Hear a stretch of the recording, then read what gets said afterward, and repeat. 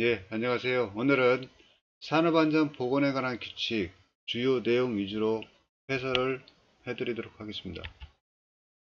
들어가기 앞서 한리 도미노 이론 5단계가 있는데요. 불안전한 행동과 불안전한 상태는 재해로 이뤄지는 경우가 많지만 실제 법에서 정한 안전수칙을 준수한다면 중간에 고뇌가 끊어지는 결과가 초래돼서 실제 재해로 이어지는 경우는 없습니다. 그래서 저희가 법을 지켜야 되는 이유이기도 하고요.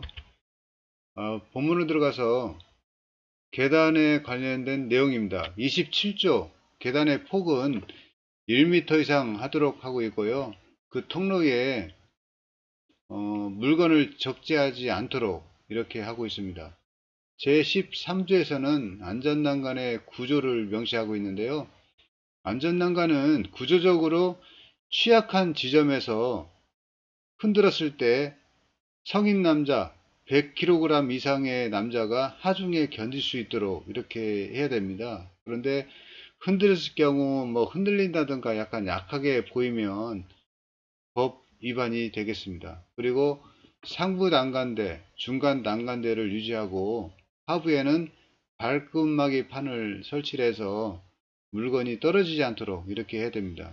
그리고 계단의 난간은 높이가 1m 이상이 되면 반드시 난간을 하도록 되어 있는데요.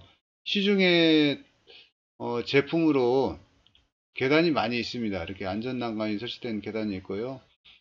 우측 같은 경우는 미국의 관광지인데 자살 사고가 많다고 해서 일부 사용 중지가 떨어지기도 했지만 이런 난간도 있고요. 왼쪽 하단부는 영화에서 나오는 안전난간, 중간 부위는 우리 유적지의 안전난간인데 지금은 출입은 통제되고 있습니다. 그래서 많은 난간이 있는데 중앙에 상부를 보시면 약간 특수 계단도 있습니다. 이건 접이식 계단인데요.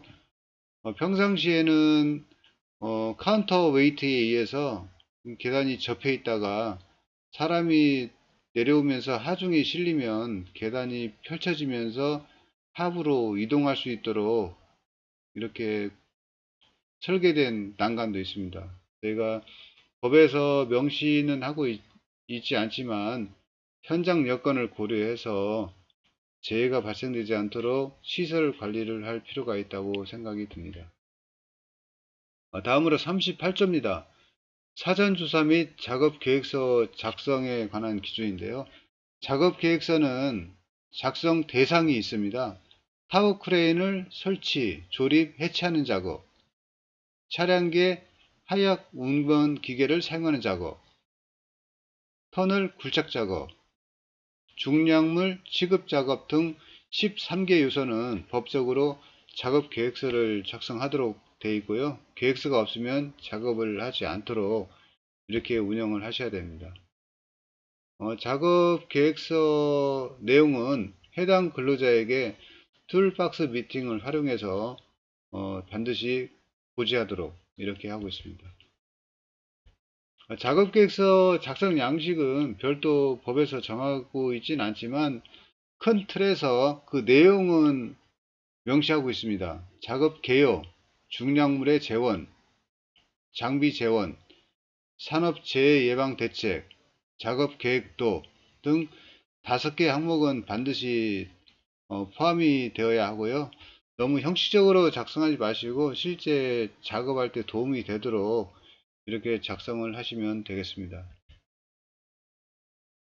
작업 계획서 구성 내용별 포함사항인데요. 여기서 중요한 것이 중량물의 재원입니다. 중량물의 재원은 품명, 크기, 중량, 무게중심을 잘 알아야 적재, 운반 작업할 때 상당히 좋습니다.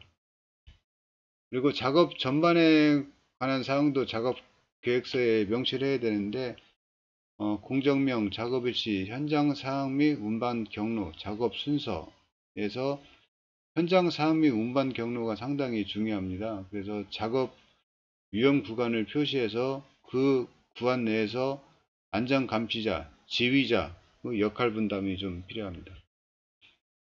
속도 제한, 작업 인원 관련, 신호 방법 이렇게 하고 있는데요. 여기서 관리 감독자는 반드시 작업 현장에 상주를 해야 되고요. 작업 지휘자와 겸직은 가능합니다. 그리고 안전감시 인력은 작업을 하시면 안 되고 전담하도록 이렇게 하고 있습니다. 작업에 사용하는 하역계 운반 기계도 보험가입 여부 등 법정검사 내용을 반드시 확인한 후에 작업에 착수하셔야 되겠습니다.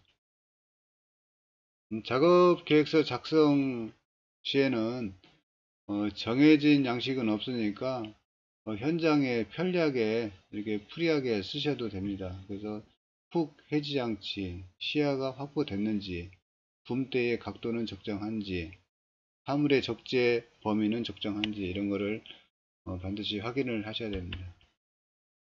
위험별 작성 예시인데요. 떨어짐, 부딪힘, 중량물의 떨어짐, 중량물의 넘어짐, 무너짐 이런 거를 예측을 하셔야 됩니다. 중량물의 넘어짐 같은 경우는 무게중심이 무너지면은 넘어질 우려가 있기 때문에 아웃트리거를 설치하고 지반을 좀 고정하는 등 좀 준비가 필요하겠습니다.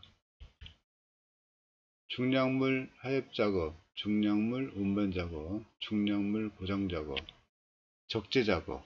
중량물 고정 시에는 처음에 고정할 때와 마지막에 중량물 고정을 풀을 때 그때의 무게중심이 흔들릴 수 있으니까요. 참고하시기 바랍니다. 다음은 휴게시설에 대한 내용입니다. 사업주는 근로자들이 신체적 피로를 해소할 수 있는 휴게시설을 갖추도록 이렇게 하고 있고요. 휴게시설의 설치 567조에서는 고열, 한냉, 다습 작업하는 경우 근로자에게 휴게시설을 제공하도록 이렇게 하고 있습니다. 다음은 8월 18일부터 시행 예정인 시행 규칙인데요. 194조의 이 관련해서 앞으로는 휴게시설의 크기와 위치도 규정을 하고 있습니다. 휴게시설은 최소한의 2평 이상, 높이는 2.1m 이렇게 정해진 규모가 있으니까요. 앞으로는 휴게실의 규모와 상태도 좀 확인을 하셔야 되겠습니다. 고용노동부 근로감독관에도 현재는 휴게시설 이런 거를 관리를 철저히 하고 있는 상태니까요. 다시 한번 현장을 좀 점검을 해 보셔야 될 거로 판단이 됩니다. 96조입니다. 작업 도구는 목적의 사용을 금지하고 있습니다. 그래서 그레이팅에 후크자치 설치하는 것도 이런 목적 외에 사용하지 않도록 이렇게 하고 있어야 되고요. 사업주는 전격 하중을 초과해서 쓰시면 안 되고 체인블록의 상부 훅은 인양 하중에 충분히 견디는 강도를 갖는 것으로 이렇게 하고요. 내용을 한번 쭉 읽어보시면 좋을 것으로 판단이 됩니다. 172조입니다. 유도자 미배치 상태에서 후진하면 안 되시고요. 신호수가 미배치 상태에서 작업을 하시면 재발생 우려가 있으니까 참고하시기 바랍니다. 사업주는 차량계 하역 운반기계를 사용하여 작업하는 경우에는 근로자가 위험해질 우려가 있는 장소니까 근로자를 출입 통제하도록 이렇게 하고 있고요. 화물 적재 시에는 한쪽으로 치우치지 않도록 적재 수칙을 준수하도록 하고 최대 적재 하중을 초과하지 않도록 이렇게 규정하고 있습니다. 나머지는 다음 차에 소개해 드리도록 하겠습니다. 수고하셨습니다.